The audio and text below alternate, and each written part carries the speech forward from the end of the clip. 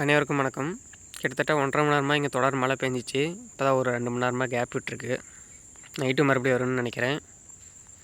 இப்போ இங்கே நீங்கள் வயலை பார்த்தாலே தெரியும், ஃபுல்லாக மழை பெஞ்சு இப்போ 2 மணி நேரம் ஆச்சு. என்னமோ வயலில் தண்ணி நின்றுட்டுருக்கு. சரி, மழை பெஞ்சு ஏறிட்டுருக்கு. இந்த இதுலேயே ஏதாவது செடி வைக்கலான்னு பார்த்தோம்னா பிளாக் செர்ரி தக்காளி நாற்று விட்டு வச்சுருந்தது வந்து ஒரு நல்லா வளர்ந்துருக்கு. இன்னும் கொஞ்சம் வளரணும். பட் இப்போயே நம்ம வைக்கிறது பெட்டர்னு தோணுச்சு. ஏன்னா கிளைமேட் நல்லாயிருக்கு. இப்போ வச்சோம்னா நல்லா பிடிச்சிக்கும். ஸோ இந்த இடத்துல தான் இப்போ வைக்க போகிறோம். ஆல்ரெடி கொஞ்சம் செடி வச்சுருக்கேன், அது ஓரளவு நல்லா வந்துட்டுருக்கு. ஸோ இப்போயே நம்ம வச்சிட்டோம்னா அந்த கிளைமேட்டுக்கு செடி நல்லாவே பிடிச்சி வந்துடும். அதாவது நம்ம எல்லா மண்ணுக்கும் ஒரே மாதிரி ப்ரொசீஜர் வைக்க முடியாது. களிமண்ணுக்கு வேறு மாதிரி வரும், செம்மண்ணுக்கு வேறு மாதிரி மாறும், க்ரோ பேக்கில் வேறு மாதிரி ப்ரொசீஜர் வைக்கிறதுக்கு மாறும். இப்போ வந்து நம்ம களிமண் எங்கள் காடு ஃபுல்லாக, இந்த நம்ம செடி போடுற தோட்டம் ஃபுல்லாக களிமண். இப்போ நம்ம சாதாரணமாக வச்சோம்னா இங்கே அவ்வளோ சீக்கிரம் வராது. நம்ம மற்ற இடத்துல வயல் நிறையா இருக்கிறவங்களாம் டக்குன்னு அப்படியே ஊன்ட்டு போவாங்க பார்த்தீங்களா, அந்த மாதிரி வச்சோம்னா இங்கே சுத்தமாக வராது, எல்லாம் அழிகிறோம். இதுக்குன்னு நம்ம மெல் மட்டமாக கொஞ்சம் வேற விட கொஞ்சம் மட்டும் லைட்டாக மண் போட்டு அது மாதிரி வச்சு கொஞ்சம் பரவாயில்ல வச்சு விடணும். மழை பெஞ்சாலும் மண் அந்த இடத்துல தேங்கக்கூடாது. இப்போ தேங்கினுச்சுனாலே அது ஃபுல்லாக செடி அழுகிரும். தக்காளி செடி ரொம்ப தண்டு மெல்லிசாக இருக்கிறதுனால அது அழுகிரும். அதனால் இது கொஞ்சம் பார்த்து பண்ணணும். இப்போ எப்படி வைக்கிறதுன்னு களிமண் காடு வச்சுருக்கவங்களுக்கு எப்படி இருக்குன்னு ப்ரொசீஜர் சொல்லிடுறேன். இப்போ நம்ம லைவாக செஞ்சு காமிச்சிடுறேன். செம்மண்ணை எப்படி வைக்கணும்னு சும்மா லைட்டாக காமிச்சிட போகிறோம். ஃபஸ்ட்டு போய் நம்ம நாற்று எடுத்துகிட்டு வரலாம்.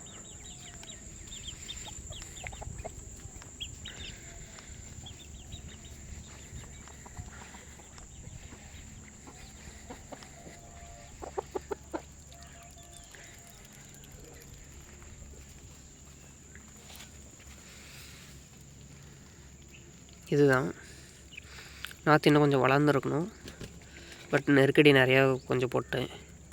இப்போ நான் மாற்றி நடுறது கொஞ்சம் நல்லது. இனிமேல் வச்சோன்னா தண்டு கொஞ்சம் மெலிசாக வந்துகிட்டே இருக்கும். செடி மாற்றி வைக்கிறப்ப அவ்வளோ பழைக்காது. இதுவும் கிட்டத்தட்ட சரியாக தான் இருக்குது, வேறு அளவுக்கு வந்துடுச்சு.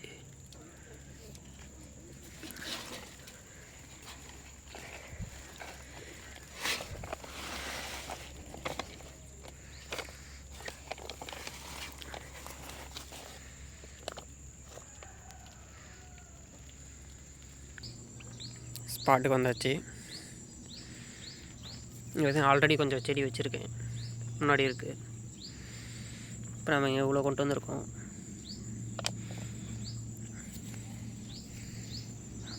இப்போ அங்கே எல்லாமே பிடிச்சிருக்கு. இது ஒரு 2-3 நாளைக்கு முன்னாடி வச்சது. குட்டியாக ஒன்று அதிலே வந்துச்சு, அதை வச்சு அது வந்திருக்கு பாருங்கள். இப்போ தான் நான் இந்த தக்காளி செடியில் எப்படி வைக்கணும்னு கற்றுட்டே இருக்கேன். கற்று முடித்து இப்போ தான் எக்ஸ்பீரியன்ஸ் வந்திருக்கு. இதுக்கு முன்னாடி எல்லோரும் வைக்கிற மாதிரி லைட்டாக அப்படி சொருவி மட்டும் விட்டுட்டு போனேன். பட் எல்லாமே மேக்ஸிமம் 90% எல்லாம் செத்துருச்சு. அது வந்து மற்ற வயலுக்கு செட் ஆகும். இங்கே வந்து தொடர்ந்து மழையும் வரும், வெயில் வந்தால் ஃபுல்லாக வெயில் வந்துகிட்டே இருக்கும். இப்போ என்ன பண்ணணுன்னு பார்த்தீங்கன்னா, நம்ம இங்கே சைடில் இப்படி சொருவி விடுறோமா, மழை பெய்யறப்ப இங்கே இருக்கிறது இது அப்படியே சைடில் இப்படி வந்து மூடிக்கும். தக்காளி செடி இந்த மாதிரி மூடிச்சுன்னா இது உடனே செத்துரும்.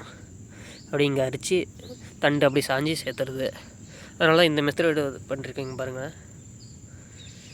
ஃப்ளாட்டாக நைட்டில் நடுவில் மட்டும் கொஞ்சம் கூம்பாக வச்சுருக்கேன். அது தென்னை மரத்தில் வைப்பாங்க பார்த்தீங்களா, அதுமாரி கீழே வச்சு அப்புறம் சாயிற மாதிரி இருந்தால் லைட்டாக மண் போட்டுக்கலாம். செடி ஓரளவு வளர்ந்ததுக்கப்புறம் மண் போட்டோம்னா இதாகாது. இந்த மெத்தடில் பண்ணால் தான் கரெக்டாக இங்கே தாங்குது. அப்படியே பண்ணால் தான் இது எல்லாமே. இங்கே பாருங்கள், அடி வேறு இப்படி இருக்குது. இதுக்கும் பாருங்கள், அடி வேறு தான். இப்படி வச்சா தான் சரியாக இந்த கிளைமேட் எங்கள் ஊருக்கு கரெக்டாக வருது. களிமண் காடு இருக்கிறவங்க இப்படியே வைங்க. செம்மண்லேயும் இப்படி வைக்கலாம். செம்மண்ணில் என்ன ப்ராப்ளம் வரும்னா, செம்மண்ணில் இது மாதிரி வச்சிங்கன்னா நீங்கள் அடிக்கடி தண்ணி விட்ற மாதிரி இருக்கும். செம்மண்ணில் இன்னும் கொஞ்சம் மண் எக்ஸ்ட்ரா போட்டுக்கணும். அதாவது வைக்கிறப்ப இன்னும் கொஞ்சம் ஆழம் சேர்த்து வைக்கணும். களிமண் அப்போ இதுவுமே நம்ம பிளாக் செர்ரி தான்.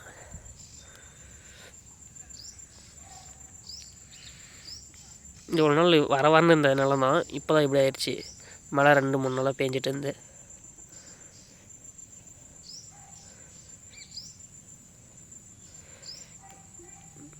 பாருங்கள், இந்த இடம் குழி. இப்போ மழை பெஞ்சாலும் இங்கே தான் சரியுமே தவிர இங்கே ஃபுல்லாக அந்த செடி வரைக்கும் போகாது.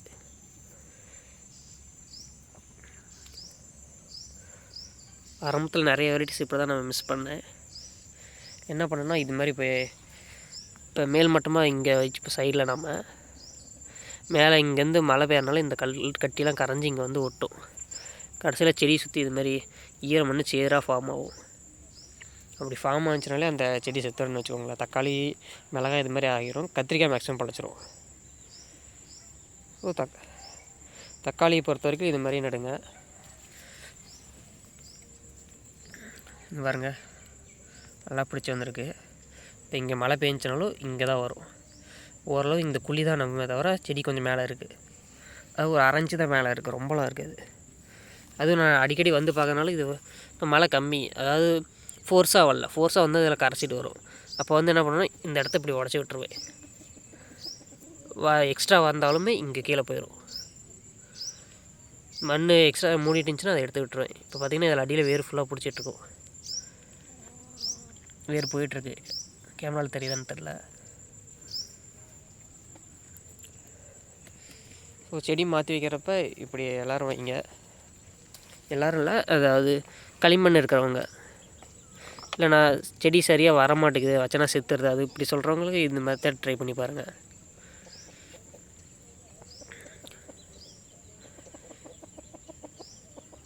முடிஞ்சளவுக்கு அடி வேரோட மண்ணோடையே வைங்க. பாருங்க இப்படி தான் வைக்க போகிறேன். ஒரு கையில் வைக்கிறது கொஞ்சம் கஷ்டமாக இருக்குது.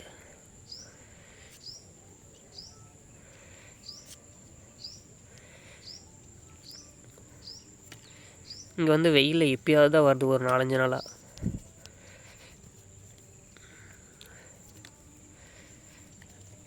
இந்த செர்ரிங்கனால இங்கே கோல் கட்டி தான் தூக்கி விடணும். அதனால் டபுள் 2 சைடு வைக்கிறேன்.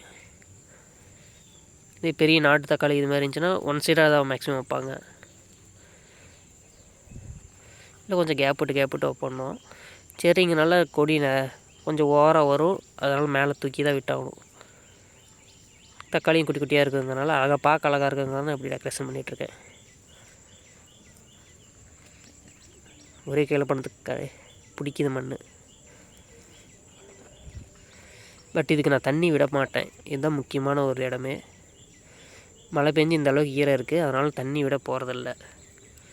அவ்வளவே தான்.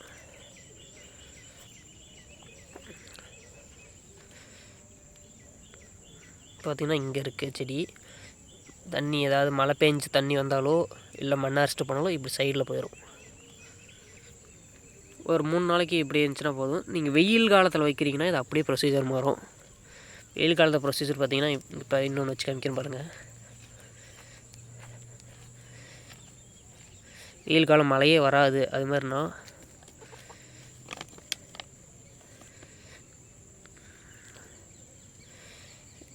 நடுவில்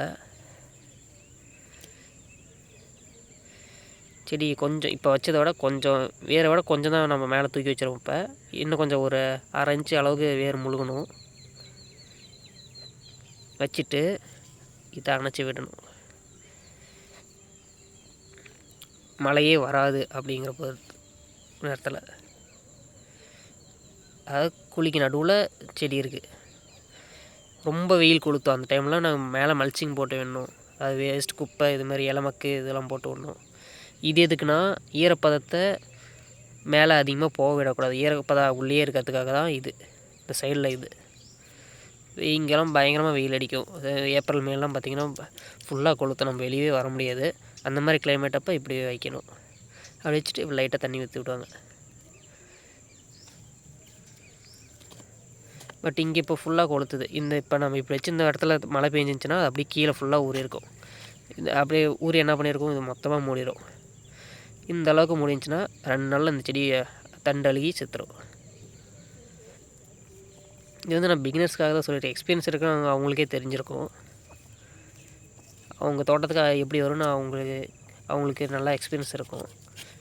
பிகினர்ஸ் நிறைய ஒரு சிலர் கேட்பாங்க, ஏன் செடி சரியாக வர மாட்டேங்குது, நல்லா தான் முளைச்சிது, மாற்றி வைக்கிறப்ப அழுகிறது, என்ன பண்ணுறதுன்னு அவங்களுக்காக தான் இந்த ஒரு வீடியோ.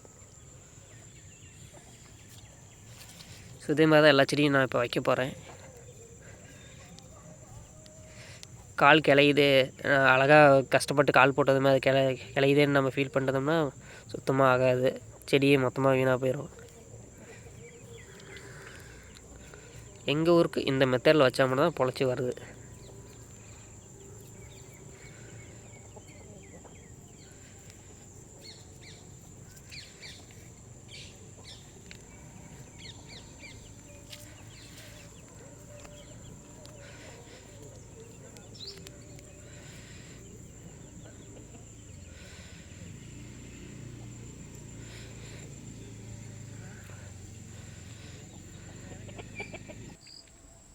இப்போ பார்த்திங்கன்னா எல்லா செடியுமே அதே ப்ரொசீஜர் தான் வச்சுருக்கேன்.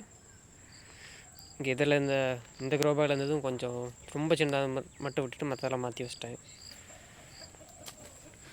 பாருங்கள், சுற்றியும் செடி மட்டும் கொஞ்சம் மேடாக இருக்கும், சுற்றி ஒரு பள்ளம், அதுக்கப்புறம் எப்பயும் போல் இடம். தென்னை மரத்துக்கெலாம் வைப்பாங்க பார்த்தீங்களா, அது மாதிரி தான்.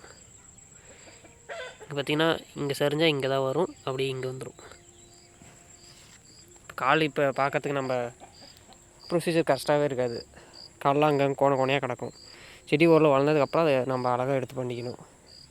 களிமண் காட்டை பொறுத்த வரைக்கும் இதுதான் ரொம்ப கஷ்டம்.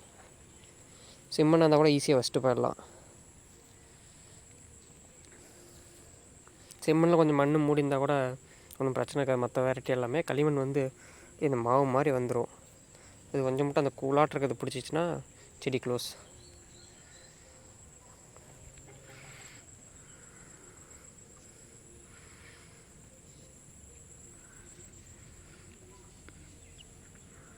இது முடிஞ்ச அளவுக்கு இப்போ நம்ம எடுத்து போட்டு வச்சிருந்தோம்னா மண் இன்னும் பொலன்னு இருக்கும். லைட்டாக தூள் தூணாலே சரிஞ்சு விடணும் தான். ஆல்ரெடி சரிஞ்சு போயிருக்க இடத்துலையும் நான் வச்சுருக்கேன். இதே க்ரோ பேக்கில் எப்படி வைக்கிறதுன்னு உங்களுக்கு டவுட் வரலாம். ஒரு செடி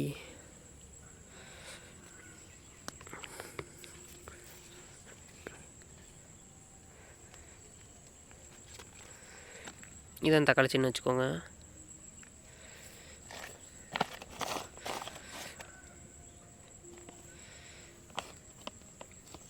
மண் எப்படி இருக்குன்னா விளக்கு வச்சுட்டு இது கொஞ்சம் மட்டும் மேல் மட்டமாக இருக்கணும் செடி இருக்கிறது. இங்கே நடுவில் கொஞ்சம் லைட்டு கீழே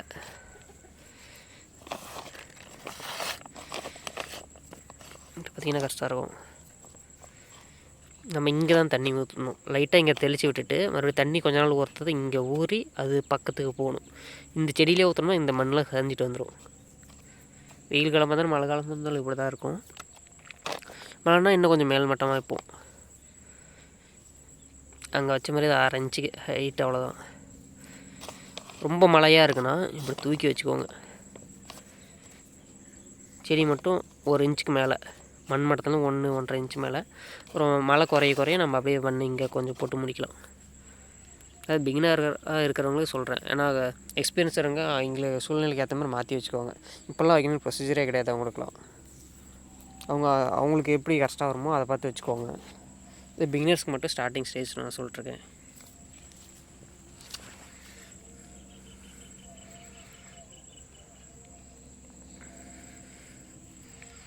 ஓகே, இப்போதைக்கு எல்லாம் வச்சுருக்கேன். இது ஒரு 90% எல்லாமே பொழைச்சிரும். இப்போ வெயில் அடிக்குது எங்கள் வீட்டில். அடுத்த ஒரு வீடியோஸில் இது எப்படி வந்திருக்குன்னு மற்ற வீடியோ பார்க்குறப்ப அதில் அப்படியே நடுவில் காமிச்சிட்றேன். அப்புறமா பார்க்கலாம். அனைவருக்கும் நன்றி.